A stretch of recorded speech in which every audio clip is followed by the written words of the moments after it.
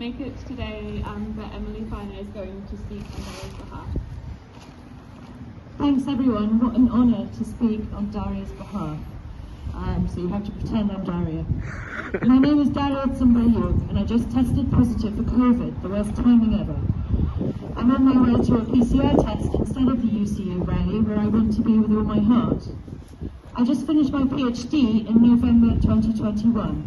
I have not been on strike this time because I have no income outside teaching and small research assistant projects. This semester, I have been teaching 7 groups per week for 2 schools and 3 departments. I'm also employed for other small assistance projects, so I in total have 5 zero-hour contracts with the university. My official workload for the classes I teach is 19 hours per week. But that is only because the School of Modern Languages pays everyone 1 hour preparation, no matter if you teach a tutorial on Anna Karenina or design your own material for the seminars. In reality, of course, my workload is much higher.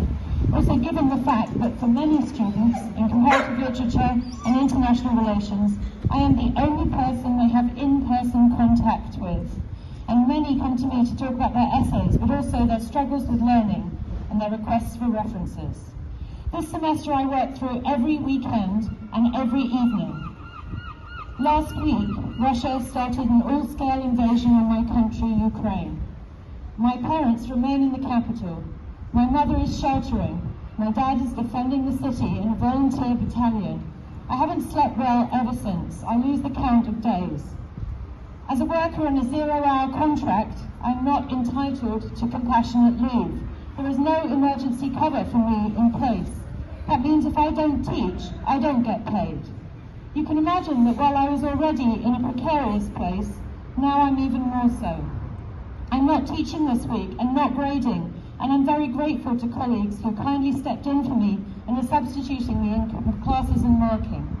At the same time, other colleagues have been putting pressure on me to tell them when I think I'll be able to return to teaching. As if I knew, as if I didn't live through these days, counting every minute that my loved ones are still alive. There are essays that students will submit in 2 weeks' time, and colleagues are already worried whether I will be able to mark them. This is the situation. I'm not complaining. I'm grateful that I'm in safety, unlike many people in Ukraine. I'm grateful I managed to pay for my graduate visa, which cost me £3,700. Not a small sum if you rely on zero-hour contracts, as I do. But this gives me a chance to stay in the UK and try and find a job. My situation is one more example that the universities are broken and have zero support for the most vulnerable. All the good things I've experienced at this university have come from individuals, not the institution, and I'm immensely grateful to them. I stand in solidarity with all staff members on strike. Thank you for fighting for each and every one of us. And I stand with my people in Ukraine and all people around the world fighting violence, injustice and oppression. As Ukraine has demonstrated, only together we can resist. Thank you.